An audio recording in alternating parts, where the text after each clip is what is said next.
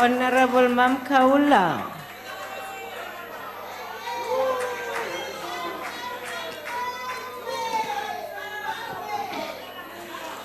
Sihlalo ngithi angibonge ithuba lokuthi ngimi la. Yebo ngangiyiphathi yokuya eNetherlands.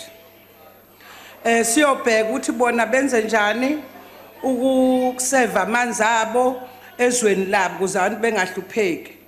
Ngesikhathi sihamba siya lapha la eCape Town kwakunenkinga enkulu yokushoda kwamanzi. Lapho iDA yayibhizi ihlangana nezinkontraka zangaphandle zabangani bazo.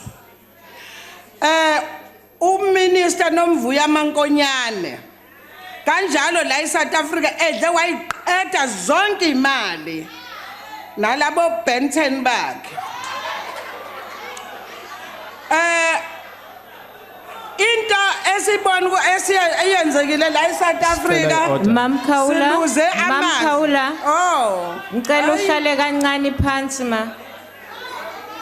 Honorable member, what's your point? I rise on a point of order, House Chair, to really insist that the honorable member may not refer to a member of this House in this derogatory manner, but that if she wants to lay any aspersions, she can then do so through a substantive motion. We request that you order her to actually withdraw, Honorable House Chair. Thank you. Thank you. On a point of order, Honorable. No, I'm dealing with the order as raised. are you going to come after? I have to rule on the order first, Honorable Member.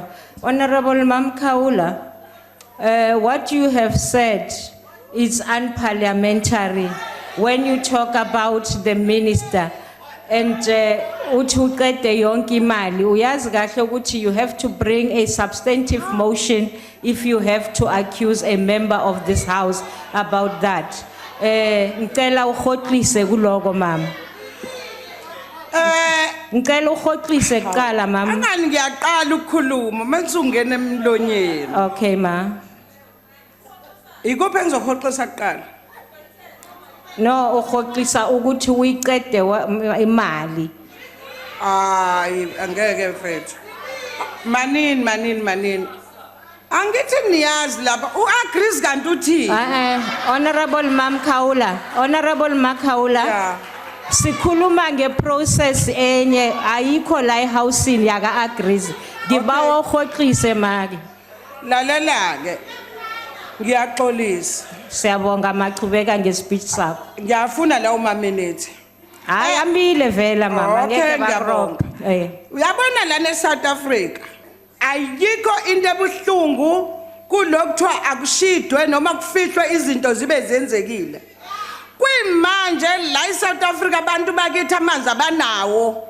Kade ngise ward 26 ezakheni enyokeni.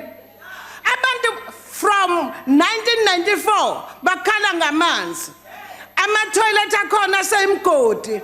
Into ebeyiyelwe lapha yana eNetherlands kwakufana nokuthi sasithorisha noma sasivakasha ngoba uminister yena qobo bebeya lapha yana eNetherlands into sayifica bathola ukuthi bebethola ama-award wokuthi bareporta izinto ezi-right ukuthi bayazenza la eSouth Africa. Uyabona nje bangikhuluma nani nje kunalento eyatholakala yokuthi la eSouth Africa kuvumelekile ukuthi kuthathwe intsha ihambe iyoqeqeshwa ngale ukuthi kufanele waphatha kanjani amanzi nendle. Instead ukuthi uminister athathe izingane zala eSouth Africa ayeqeqesha bethatha izingane zakhe abangani bakhe.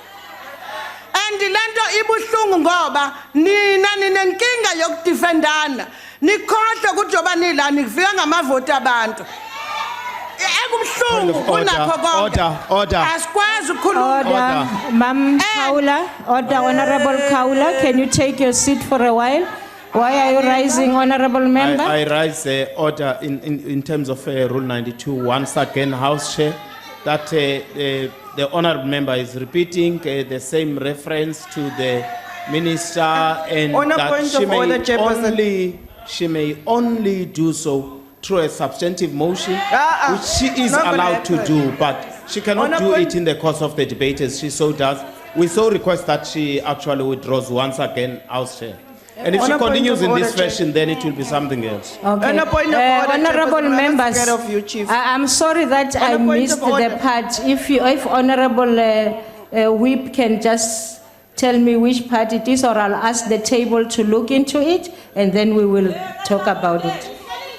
On a point of order, Chairperson. I'm On a not point done. of order. I'm not done. I may ask the Honorable table House to go Chair, and look on the thank you. Hansard. I Yes. missed that one. It had to do with the minister taking the child. Okay. and No, I'll Thank ask you. them to Thank give you. us on a Hansard. I will come and rule on it. Yes. Honorable member, why are you rising? Chairperson, we are busy with a very important subject here. What to is your point of order? I'm coming to it. Don't be impatient. Honorable member, what's your point of very order? important. No, you were patient with that hairdresser. No, You were continue. patient I'm with listening. him. So give me a chance. Why are you talking into my mouth? Honorable Why member, are you I'm going to talking switch into my off your mic. What is your point of My order? point of order is, can you address that guy that I have, all the time stands I've up? ruled on the matter, Then you must honorable stop member, doing so those that is things. not You a must point go of and cut order. hair or I'm going to switch something. off your mic. I've ruled on the matter, I'm not going to go back. Continue, Mam'Khawula. Ngiyabonga sihlalo. Honorable House Chairperson, on a Bengizocela point of order. Mam'Khawula, ngicela uhlale phansi ma. Yes. nizokukha sedablishiwe. Honorable, that honorable member of the EFF called Honorable Mnguni a hairdresser. And that guy, we don't use those names Okay. in this house. Thank you. Thank you for that. I will also allow the table to assist me on the ruling on this one because Honorable Chair, I what's couldn't wrong get it. with the Thank you very much. I What's didn't- wrong? Honorable member, take your seat. Can you continue, Mam'Khawula? Ngiyabonga wesihlalo. Uyabona khona into engiphatha kabi la eSouth Africa. Ukuthi la siyahola sikhola imali yabakhokhi bentela. Ukuthi senze show umsebenzi wabuyenzeka. Ward 44 amanzi awekho. Niyazwa? And mawuthi uyabheka izinto imali ziyaphuma ziyakhona. Funeka sonke sizoqamba manga la eParliament siprotect abantu abagangayo. And honorable Mnguni funa ukucabanga into eyi-1 uyabona we are not same asifani uyabona sicabanga mina ngaba ku-strike ngiyayazi into engangiyilwela mhlawumbe wena ngomunye waku-exile awulwazi usize salulwelayo so ayikho into ebuhlungu ukubona abantu bala eSouth Africa behlupheka ekubeni sasilwa sithi silwela bona musani ukwenza into enaniyenza ku-president wenu uZuma nanibhizi nenza yona lento etenza ama-mistake nimvune nenza ama-mistake nimvune yini inkinga yenu anikwazi ukucabangela abantu nicabangele ukuthi kuphela akuvotwa kuze nithole amavoti abantu bayahlupheka abantu thina sihamba phansi kubantu iy'moto zethu phela amathayi sehla senyuka ukubheka iy'nkinga zabantu abantu bakithi bayahlupheka amanzi abanawo ama-toilet kade kwakuxoxwa ngokuthi kuzoqedwa ama-VIP still lama toilet asekhona